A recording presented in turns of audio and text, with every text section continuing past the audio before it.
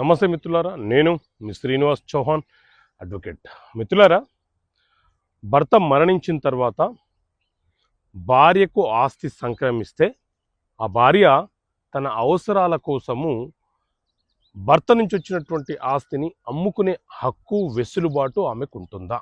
So మిత్రులారా, మన దేశంలో ట్రాన్స్ఫర్ ఆఫ్ ప్రాపర్టీ యాక్ట్, ఆస్తి బదలాయింపుల చట్టం అమలులో ఉన్నది. ఇందులో దాదాపుగా 137 సెక్షన్స్ ఉంటాయి.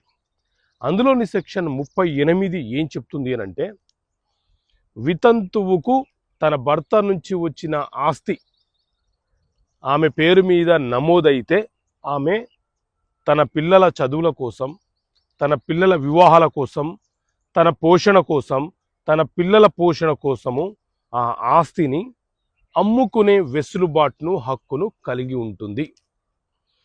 ఆమె అమ్మే క్రమంలో ఎవరైనా అడ్డగిస్తే, ఆమెకు ఇబ్బందులకు గురి చేస్తే ఆమె వారి మీద చట్టపరమైనటువంటి చర్యల కోసము ఫిర్యాదు చేయవచ్చు అని చెప్పి ఈ సెక్షన్ చాలా స్పష్టంగా వివరణ ఇస్తుంది.